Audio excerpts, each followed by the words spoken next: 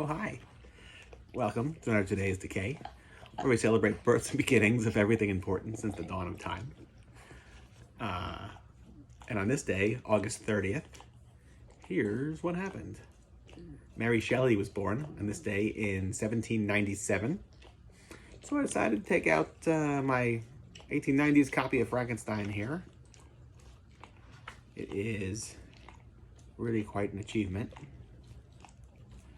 Talking about this yesterday, you always feel like Frankenstein's like from the Victorian era, I feel like, but it isn't. It's generations beforehand. I'm not sure what like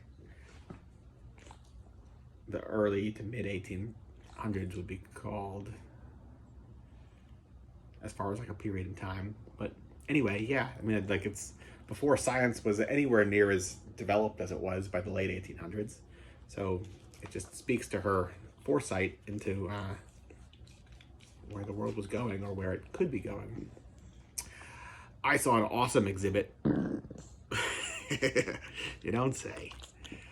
I saw an awesome exhibit of hers at the New York Public Library maybe 10 years ago. I don't know. It included like her original manuscripts, handwritten notes.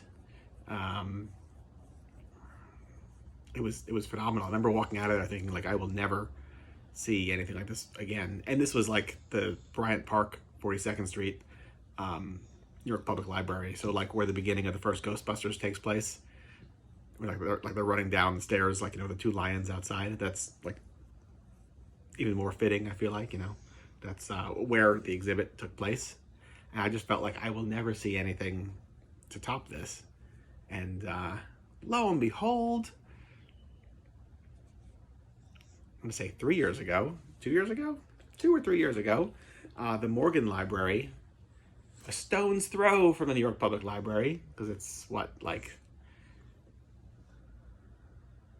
5th or Madison and 38th Street, so just a couple blocks away, did their own version of the Mary Shelley exhibit, and it was so much better. They had all the stuff on like 1800s theatrical versions of Frankenstein, where like all this information you just think would be lost to time, and like, you know, it was nothing like the Frankenstein that we know of. Really later stage adaptations from the teens and 20s. Hamilton Dean, I think, or was he the Frankenstein? Was he Dracula? And maybe he did both.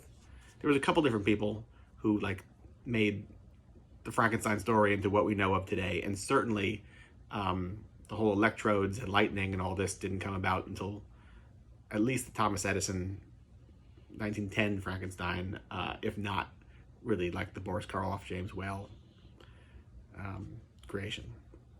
Anyway, yeah, both those exhibits, phenomenal. And it just reminds me that there's like a New York that I love that I want to somehow get back to, or think that we can get back to. I don't know where, when, or how, but yeah. Also on this day, Ray Cummings was born in 1887, big sci-fi horror pulp writer in the 20s and 30s. Lenore Feeney was born on this day, 1907.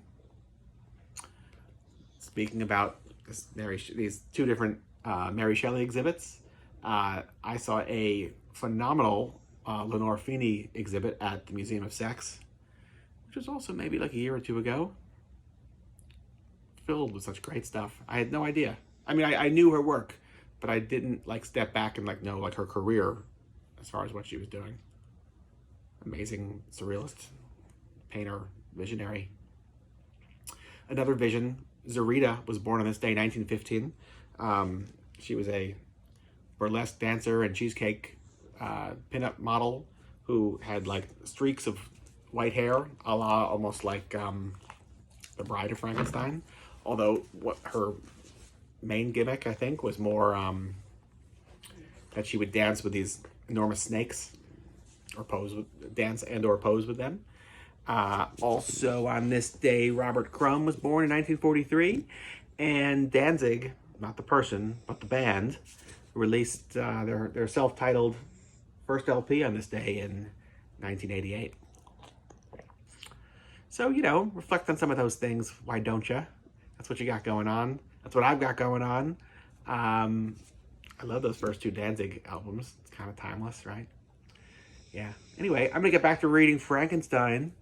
I love it. It cracks me up. It leaves me in stitches. That's it. No laughs from you? Tough crowd. Tough crowd. All right, goodbye. Till tomorrow.